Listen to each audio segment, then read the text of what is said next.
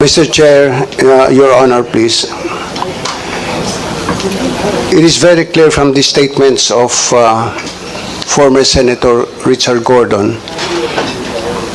He was mentioning about former President Rodrigo Duterte and a certain Michael Yang.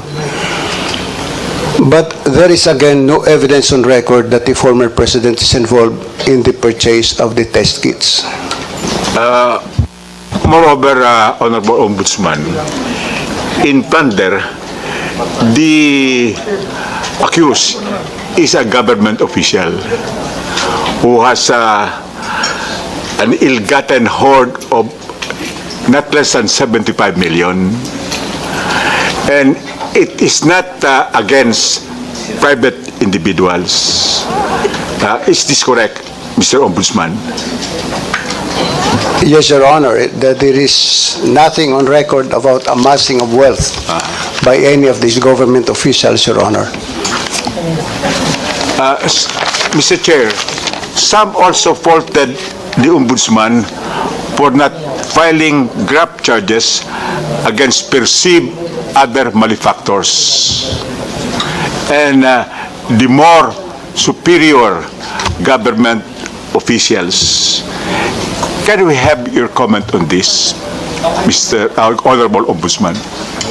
Mr. Chair, Your Honor, please.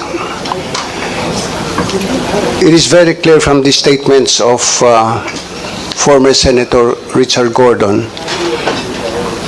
He was mentioning about former President Rodrigo Duterte and a certain Michael Yang. But there is again no evidence on record that the former president is involved in the purchase of the test kits.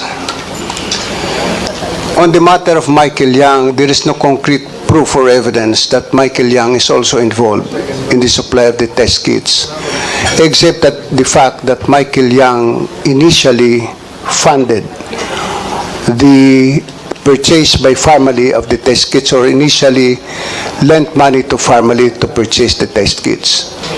So these are all this evidence are insufficient to indict Michael Yang, and no evidence insofar as the former president is concerned, Your Honor. With respect to the former president, it is said that he prevented some officials to attend the investigation. What is constitute evidence against the former president?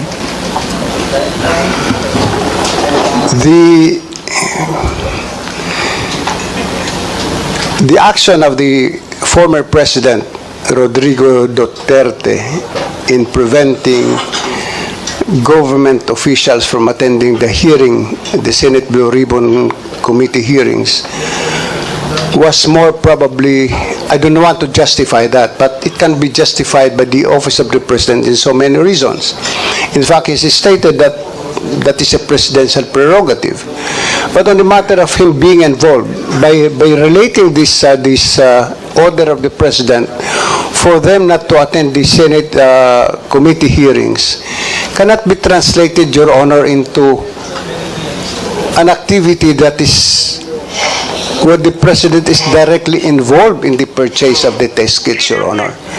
So the investigators could not find any reason to translate this statement of the president, this prohibition for the government officials to attend the committee hearings, into one that would be chargeable under the Anti-Graft and Corrupt Practices Act.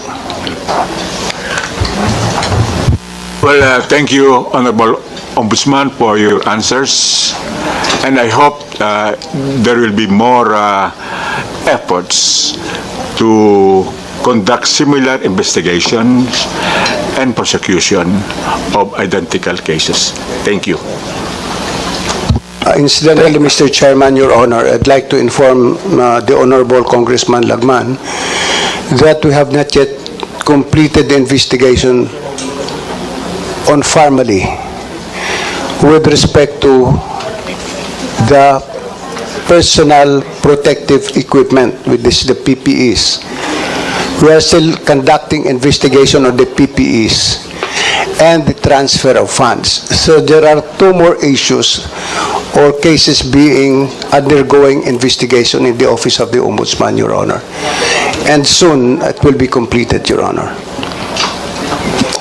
Thank you again, Honorable Ombudsman, and thank you, Mr. Chairman. If there are follow-up questions, you may want to give your questions. Mr. Chairman, like in previous years, I fully support the proposed budget of the Office of the Ombudsman. Consequently, I do not have budgetary questions. But I have some policy or procedural questions. So many, Mr. Chair, lauded the Honorable Ombudsman for filing graft cases against formerly officers and the government officials involved, like the office of the PSDBM. However, many yet faulted the Ombudsman for not filing plunder cases against the respondents. And I agree with the Ombudsman that plunder is not indictable in these cases under Republic Act number 7080, which defines and penalizes the crime of plunder. May we hear a more elaborate explanation from the Ombudsman why these respondents were not sued for plunder? Mr. Chair, Your Honor,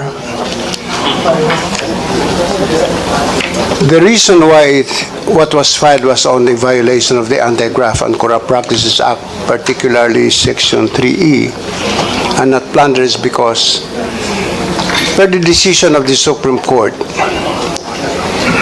in the Macapagal Arroyo case of Macapagal Arroyo versus People, where the opponent is now Executive Secretary Bersamin, they said that the plunderer must be identified. In this case, the plunderer is not identified. Secondly, there is no evidence on record or even a testimony that Leong or Lau or any of the respondents in the family case, I'm referring to the test kits, receive commissions or kickbacks. The test kits were all delivered and received by the government.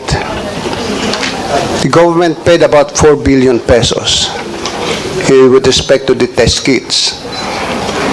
Now, in the case again of Hirap Estrada, of President Estrada, the Supreme Court also said that the co-conspirators must likewise be identified. So who conspired with Leong? Who conspired with Lau? Again, it's not identified. Was it Farmally? Was it any of the officers of Farmally? There is no evidence on record for that. So what we decided, or the investigators recommended, which I approve, was only the filing of graft cases against these PSDBM officials or other government officials involved in this supply of test kits, Your Honor. Whenever I am allowed to teach and preach, I would rather speak on a personal relationship with God rather than religion, because religion cannot even change a man, Mr. Ombudsman. So I'm so glad that you raised that issue up.